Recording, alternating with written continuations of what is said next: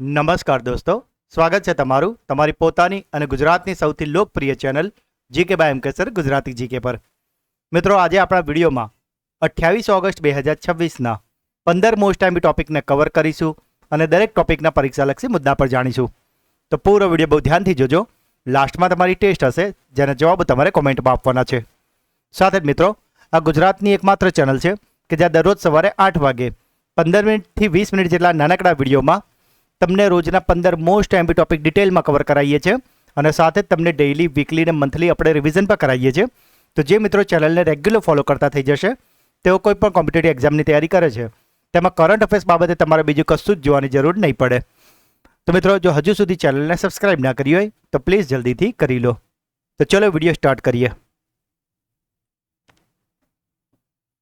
ગુજરાતના પ્રસિદ્ધ સાહિત્યકાર, લોક સંશોધક અને સ્વતંત્રતા સેનાની ઝવેરચંદ મેઘાણીનો જન્મ 28 ઓગસ્ટે કયા વર્ષમાં થયો હતો? તો મિત્રો, આજે એટલે કે 28 ઓગસ્ટે છે ઝવેરચંદ મેઘાણીનો જન્મદિવસ. અને મિત્રો, તેમનો જન્મ થયો હતો 1896માં. તેમનો જન્મ 28 ઓગસ્ટ 1896ના રોજ ગુજરાતના સુરેન્દ્રનગર જિલ્લાના ચોટીલામાં થયો હતો. મિત્રો, કેટલાક સંદર્ભોમાં ક્યાંક એમની જન્મ તારીખ 1897 પર મળે છે, પણ મોટા ભાગની જગ્યા પર તેમનો જન્મદિવસ 1896 જ લખેલો બતાવે છે. માટે આપણે 1896ને માન્ય રાખીશું. ભારતના સ્વતંત્રતા સંગ્રામમાં પોતાની દેશભક્તિની કવિતાઓથી જન આંદોલનને પ્રેરિત કરવા માટે રાષ્ટ્રપિતા મહાત્મા ગાંધીએ તેમને રાષ્ટ્રીય શાયર એટલે કે નેશનલ પોએટનો બિરુદ આપ્યું હતું. વર્તમાન વર્ષ 2026માં ગુજરાત સરકારના રમતગમત, યુવા અને સાંસ્કૃતિક પ્રવૃત્તિઓ વિભાગ દ્વારા તેમની યાદમાં દર વર્ષે ચોટીલા ઉત્સવનું આયોજન કરવામાં આવે છે. માટે આજે વખતનું આયોજનનું નામ છે ચોટીલા ઉત્સવ 2026 અને આ રીતે તેમને એક સ્વરાંજલિ આપવામાં આવે છે. તેમણે ગુજરાતી લોક સાહિત્યમાં અતુલનીય યોગદાન આપતા સૌરાષ્ટ્રની રસધારનું સંપાદન કર્યું અને સાથે તેઓ મુખ્ય એક પ્રખ્યાત સમાચાર પત્ર હતું ફૂલછાપ, તેના તંત્રી પર રહ્યા હતા. સાહિત્યના ક્ષેત્રમાં તેમના ઉત્કૃષ્ટ યોગદાન માટે તેમને વર્ષ 1928માં પ્રથમ રણજીતરામ સુવર્ણચંદ્રકથી પણ સન્માનિત કરવામાં આવ્યા હતા અને ગુજરાત સરકાર દ્વારા તેમના ઐતિહાસિક યોગદાનને જાળવી રાખવા માટે ધંધુકામાં રાષ્ટ્રીય શાયર ઝવેરચંદ મેઘાણી સર્કિટ પણ વિકસાવવામાં આવી છે.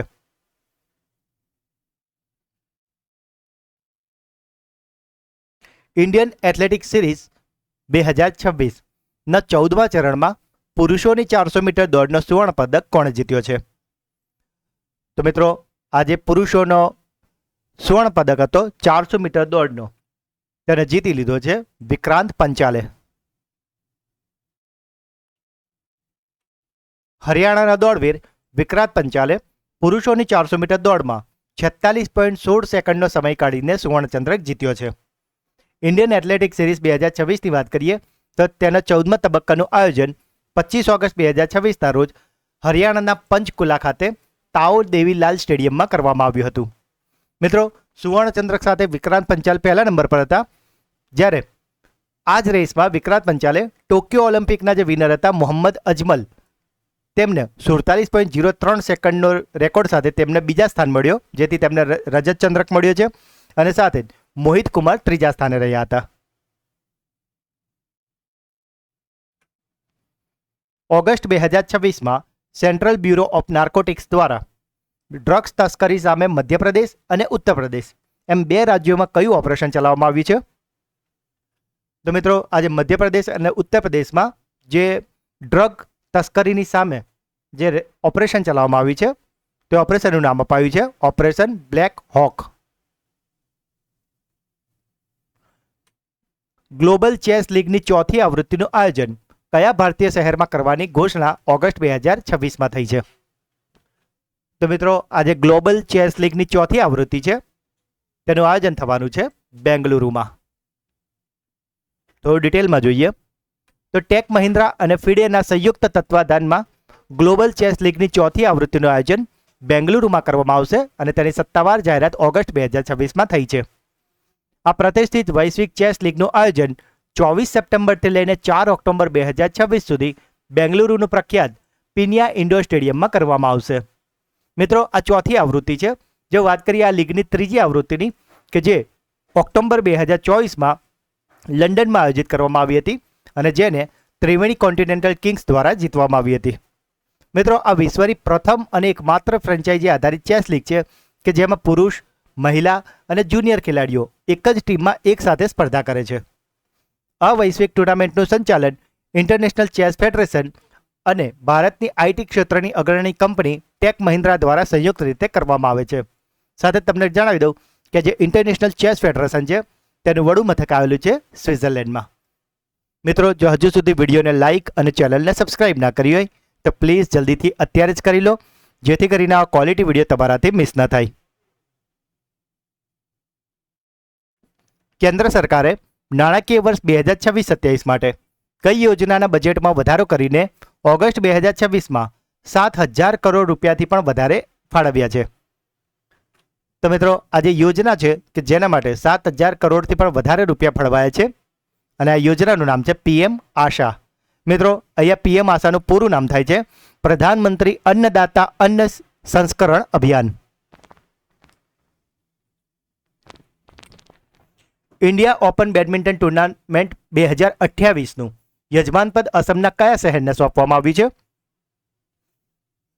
તો મિત્રો, આજે ઇન્ડિયા ઓપન બેડમિન્ટન ટુર્નામેન્ટ 2028 છે તેનું યજમાન પદ સોંપાયું છે અસમના ગુવાહાટીને.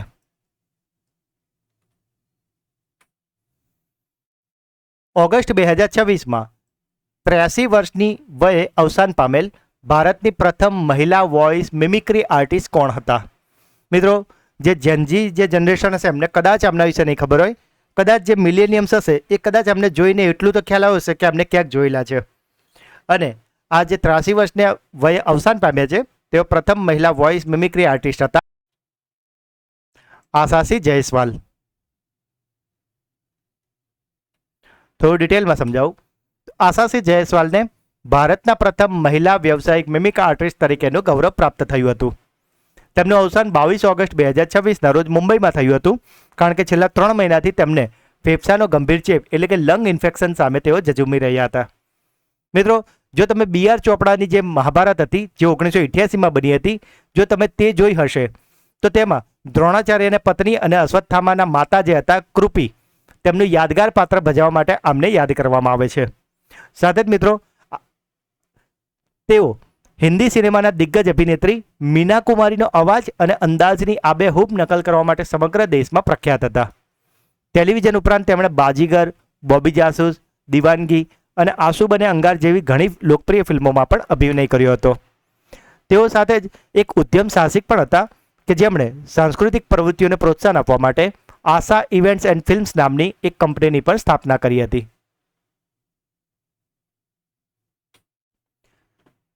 શાંઘાઈ સહયોગ સંગઠન એટલે કે SCO શિખર સંમેલન 2026નું આયોજન કયા દેશમાં કરવામાં આવશે? તો મિત્રો, આજે શાંઘાઈ કોઓપરેશન ઓર્ગેનાઇઝેશન છે એટલે કે SCO, તેનું શિખર સંમેલન 2026નું આયોજન થવાનું છે કિર્ગિસ્તાનમાં. ઓગસ્ટ 2026માં ચર્ચામાં રહેલું પ્રસિદ્ધ પુસ્તક આફ્રિકા બિફોર અમેરિકાના લેખક કોણ છે? તો મિત્રો, આજે પુસ્તક છે આફ્રિકા બિફોર અમેરિકા. તેને લખ્યું છે ડોક્ટર અરિન્ડમ ચૌધરીએ. સાથે જ મિત્રો, જુલાઈ મંથનું મંથલી કરંટ અફેર્સ કે જેમાં આપણે જુલાઈ મંથના મોસ્ટ એમપી 200 પ્રશ્નો કવર કર્યા છે.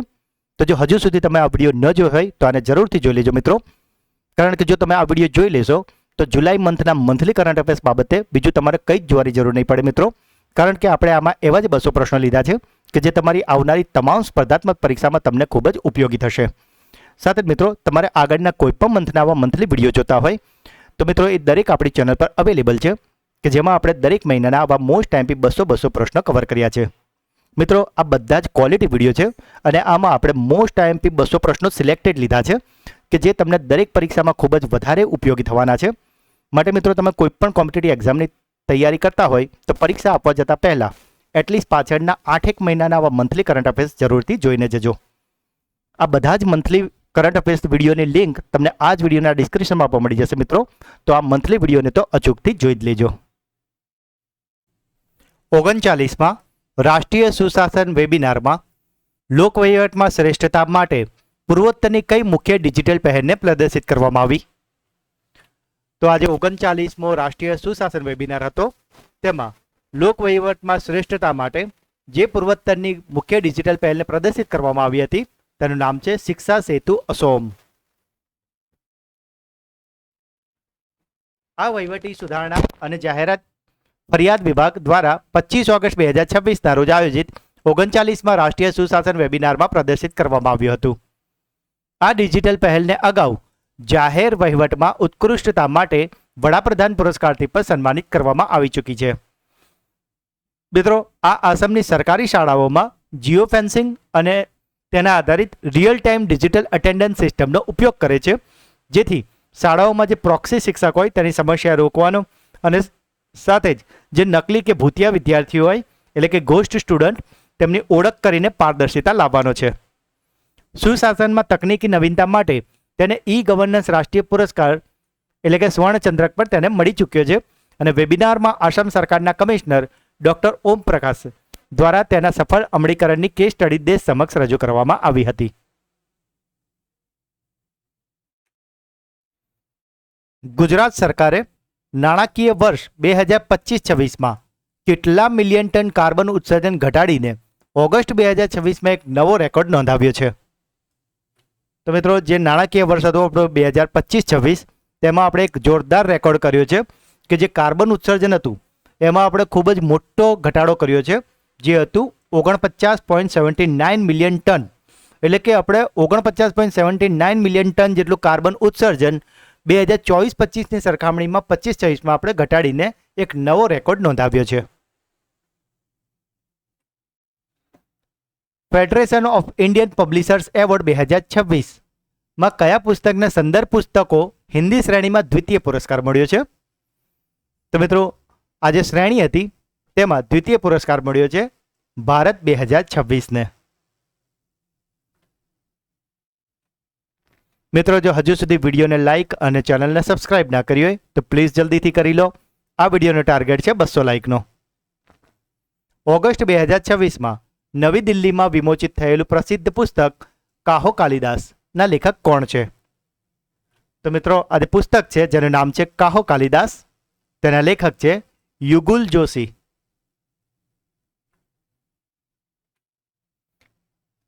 હિન્દુસ્તાન એરોનોટિક્સ લિમિટેડે કઈ વિદેશી કંપની સાથે મળીને અરાવલી હેલિકોપ્ટર એન્જિન માટે MOU કર્યું છે? તો મિત્રો, આ જે હેલિકોપ્ટર છે અરાવલી હેલિકોપ્ટર, તેના એન્જિન માટે હિન્દુસ્તાન એરોનોટિક્સ લિમિટેડે જે વિદેશી કંપની સાથે MOU કર્યા છે તે કંપની છે સેફ્રોન હેલિકોપ્ટર એન્જિન કંપની.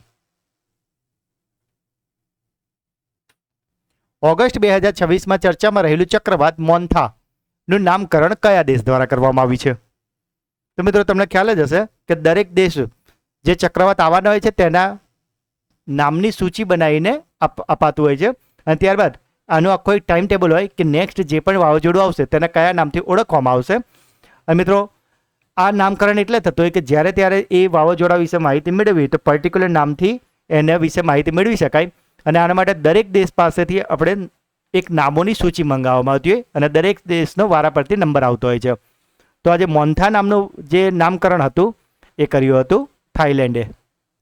સાથે જ મિત્રો, દર 10 વર્ષે થતી મહત્વની વહીવટી પ્રક્રિયા એટલે કે વસ્તી ગણતરી કે જે હાલમાં 2 તબક્કામાં ચાલી રહી છે અને માટે જ મિત્રો આવનારી તમામ પરીક્ષામાં આ વસ્તી ગણતરીમાંથી 2-3 પ્રશ્નો 100% આવવાના જ છે. અને માટે જ આ વસ્તી ગણતરીના મોસ્ટ MP 50 પ્રશ્નોનો વિડીયો આપણી ચેનલ પર અવેલેબલ છે. તો જો હજુ સુધી તમે આ વિડીયો ન જોયો હોય તો તેને જરૂરથી જોઈ લેજો, કારણ કે મિત્રો આ 20 મિનિટ જેટલો નાનકડો વિડીયો જોવાથી વસ્તી ગણતરીમાંથી તમારો એક પણ માર્ક્સ નહીં કપાય. અને એ સિવાય પણ મિત્રો તમને વસ્તી ગણતરીને લઈને ઘણું બધું નવું જાણવા પણ મળવાનું છે.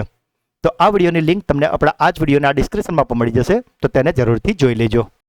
તો મિત્રો, હવે સમય છે તમારા સુપર ફાસ્ટ ફ્લેશ રિવિઝનનો કે જેમાં ગઈકાલના જે 15 પ્રશ્નો છે તેને એક ફટાફટથી ફ્લેશ રિવિઝન કરી લઈએ.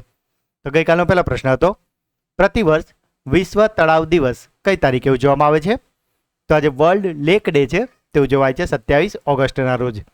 વર્ક ફ્રોમ એનીવેર ઇન્ડેક્સ 2026માં સામેલ થવાવાળું એકમાત્ર ભારતીય શહેર કયું બન્યું છે? તો આ ભારતીય શહેર છે મુંબઈ, કે જેને 50મો નંબર મળ્યો છે. તો મિત્રો, અહીંયાથી તમારા માટે ક્લાસરૂમ ક્વેશ્ચન છે કે આ જે લિસ્ટ બહાર પડ્યું હતું તેમાં ટોપ 2 શહેર કયા હતા તેમના નામ તમારે મને કોમેન્ટમાં જણાવજો. આ તમારો પહેલો ક્લાસરૂમ ક્વેશ્ચન છે. રાષ્ટ્રીય સુરક્ષા ગાર્ડે કયા રાજ્યમાં મહિલાઓ માટે વિશેષ કમાન્ડો કોર્સ શરૂ કર્યો છે અને મિત્રો આ ભારતનો પ્રથમ મહિલા કમાન્ડો કોર્સ છે. તો મિત્રો આજે રાષ્ટ્રીય સુરક્ષા ગાર્ડ એટલે કે NSGએ આજે મહિલાઓ માટેનો કમાન્ડો કોર્સ છે તે શરૂ કર્યું છે હરિયાણામાં. તો મિત્રો એ તમારા માટે બીજો ક્લાસરૂમ ક્વેશ્ચન છે કે આ જે કમાન્ડો કોર્સ છે એ શરૂ કર્યું છે NSGએ. તો તમારે મને જણાવવાનું છે કે NSGની સ્થાપના કયા વર્ષમાં થઈ હતી. આ તમારો બીજો ક્લાસરૂમ ક્વેશ્ચન છે. સઉદી અરેબિયા, તુર્કી અને પાકિસ્તાન વચ્ચે કયા સંરક્ષણ કરાર પર હસ્તાક્ષર થયા છે? તો આ કરારનું નામ રાખ્યું છે મક્કા સંયુક્ત સંરક્ષણ કરાર. કાનપુરમાં આયોજિત UTT રાષ્ટ્રીય રેન્કિંગ ટેબલ ટેનિસ ટુર્નામેન્ટમાં પુરુષ સિંગલ્સનો ખિતાબ કોણે જીત્યો છે? તો આ ખિતાબ જીત્યો છે પાયસ જૈને. કયા દેશે જેબથ ન્યુરોન્સ સાથે જૈવિક ડેટા સેન્ટરનો શુભારંભ કર્યો છે? તો શુભારંભ કરાયો છે સિંગાપોર ખાતે. યુનેસ્કોની ક્રિએટિવ સિટી ઓફ ગેસ્ટ્રોનોમીમાં સામેલ થવાવાળું ઉત્તર પ્રદેશનું બીજું ભારતીય શહેર કયું બન્યું છે? તો મિત્રો ભારતનું બીજું શહેર બન્યું છે ઉત્તર પ્રદેશનું લખનઉ. તો તમારા માટે ક્લાસરૂમ ક્વેશ્ચન છે કે આજે યુનેસ્કોની ક્રિએટિવ સિટી ઓફ ગેસ્ટ્રોનોમી હતી તેમાં સામેલ થનારું ભારતનું પહેલું શહેર કયું છે તેનું નામ તમારે મને કોમેન્ટમાં જણાવવાનું છે. આ તમારો ત્રીજો ક્લાસરૂમ ક્વેશ્ચન છે. મિત્રો જો તમને આ પ્રશ્નો જવાબ ના ખબર હોય તો ગઈકાલનો વિડીયો ફરી એકવાર ધ્યાનથી જોઈ લેજો. આ તમામ પ્રશ્નો જવાબ ગઈકાલના વિડીયોમાંથી તમને મળી જશે. 16મી બ્રિક્સ સ્વાસ્થ્ય મંત્રીઓની બેઠકનું આયોજન ક્યાં કરવામાં આવ્યું? તો આનું આયોજન થયું હતું ચંદીગઢમાં.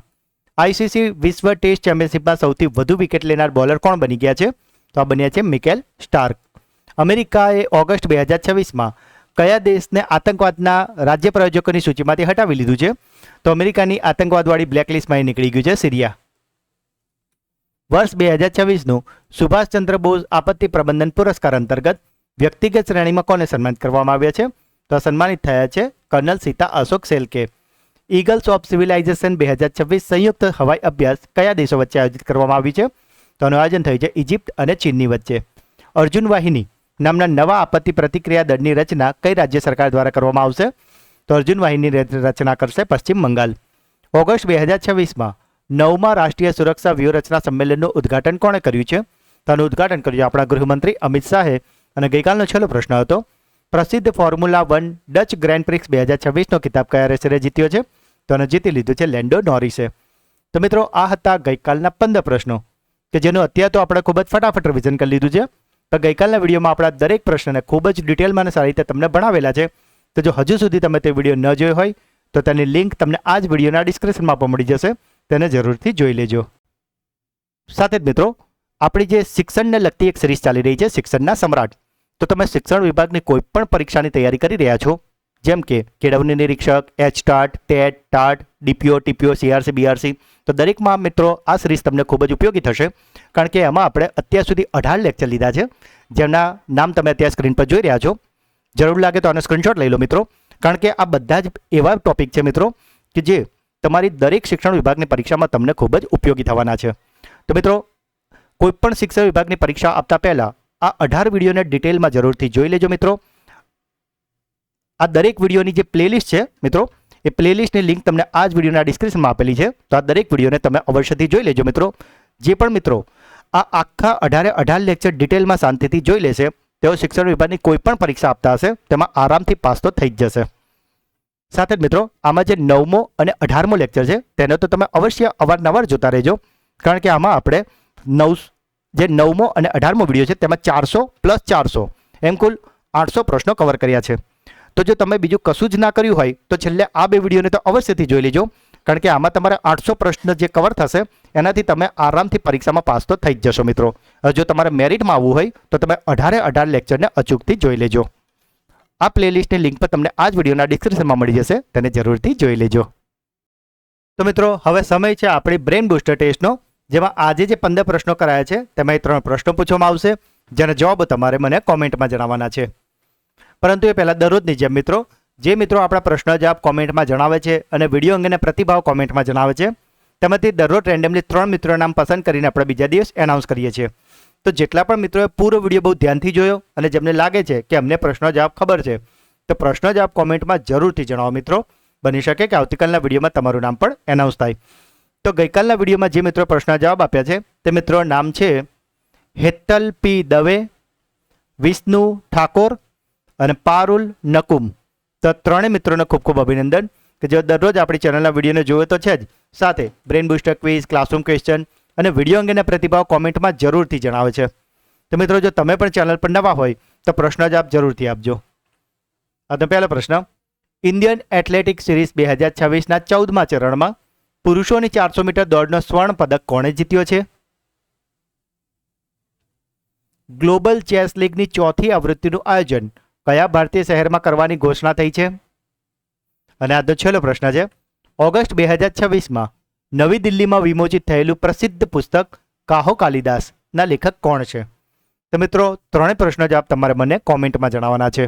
અને સાથે જો તમે આપણી ચેનલના વિડીયોને રેગ્યુલર ફોલો કરતા થઈ જશો તો તમે કોઈ પણ કોમ્પિટિટિવ એક્ઝામની તૈયારી કરો છો એમાં કરંટ અફેર્સ બાબતો મિત્રો એમ પણ તમારો 1 પણ માર્ક્સ નહીં કપાવવાનો. પણ સાથે જ એક રિક્વેસ્ટ છે મિત્રો, જેમ બાકીના બધા લોકો શું કરતા હોય છે કે જેવું કોઈ પરીક્ષાનું ફોર્મ ભરે છે ને એટલે એટલા બધા એક્ટિવ થઈ જશે, એટલી બધી બુક્સ લઈ આવશે, એટલા બધા વિડીયો જોતા થઈ જશે અને જે દિવસ પેપર આપીને આવે છે ને એ દિવસથી પછી ફરીથી એ જ ઇન્સ્ટાની રીલોને બધું જોવાનું ચાલુ કરીને પોતાનો સમય બગાડવાનું ચાલુ કરે છે. મિત્રો, આવી રીતે સફળતા નથી મળતી. આવી રીતે મળતી હોત ને તો બધા જ સફળ થઈ ગયા હોત, કારણ કે 99% લોકો આવું જ કરે છે. પણ મિત્રો, સફળ જે થાય છે એ પેલા 1% લોકો છે કે જે દરરોજ પોતાની મહેનત ચાલુ રાખે. પરીક્ષા હોય કે ના હોય મિત્રો, તમારા મગજને રોજ એક્ટિવ રાખો. આ ટેવ છે ને એ એક દિવસ તમને જીતાડશે. ત્યારે પછી કોઈ પર્ટિક્યુલર એક પરીક્ષા તમે પાસ નહીં કરો, ત્યાર પછી તમે ફોર્મ ભરશો ને પછી તમે ચૂઝ કરશો, કારણ કે તમે બધી જ પરીક્ષા પાસ હશો.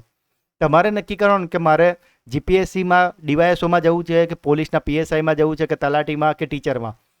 તો મિત્રો, તમે પોતાને જાતને એટલા લાયક બનાવો, એટલા કાબેલ બનાવો, મગજને એટલું શાર્પ બનાવો, એને રોજે રોજ એને છે ને મિત્રો એટલું અપડેટ રાખો કે જેથી કરીને જ્યારે પણ પરીક્ષા આવે તો આપણે કોર્સ જોવાની જરૂર ના પડે. આપણો એટલો વિશ્વાસ હોય કે કરંટ અફેર્સમાં ગમે તેવું પૂછાશે કે કોઈ પણ સબ્જેક્ટમાં ગમે તે પૂછાશે ને મને આવડશે. કેમ? કારણ કે તમે દરરોજ નાની નાની તૈયારી કરો છો. રોજ 10 કલાક વાંચવાની જરૂર નથી. ભલે રોજ અડધો કલાક વાંચો, રોજ 1 કલાક વાંચો, પણ જે પણ વાંચો ને એ ડેડિકેશનથી વાંચો અને એમાં કન્સિસ્ટન્સીથી વાંચો. બ્રેક ના પડવા દો, ત્યારે સફળતા મળે છે મિત્રો. તો મિત્રો, જેમને મોટિવેશન મળવાનું છે એમને મળી ગયું હશે, બાકી જે લોકો નપાસ થવાનો હોય એ લોકોને તો આ ભાષણ જ લાગ્યું હશે. કંઈ નહીં મિત્રો, જો વિડીયો તમને ગમ્યો હોય તો લાઈક જરૂરથી કરી દેજો. જે પણ પ્રશ્નો પૂછ્યા છે એના આન્સર કોમેન્ટમાં જરૂરથી કરજો મિત્રો, કારણ કે હું દરેક કોમેન્ટના રિપ્લાય જરૂરથી કરું છું. અને મિત્રો, આ વિડીયોની લિંકને અત્યારે જ તમારા બધા જ વોટ્સઅપ અને ટેલિગ્રામ ગ્રુપમાં શેર કરીને ચેનલને સપોર્ટ જરૂરથી કરજો. હજુ સુધી ચેનલને સબસ્ક્રાઇબ ના કરી હોય તો પ્લીઝ જલ્દીથી કરી લો, અને જો ઓલરેડી કરેલી છે તો તમારા 10 મિત્રોને જરૂરથી કરાવડાવજો. તો મિત્રો, મળીએ છીએ એક નવા વિડીયોમાં. ત્યાં સુધી ભણતા રહો, આગળ વધતા રહો. જય હિન્દ, જય ભારત, જય જય ગરવી ગુજરાત.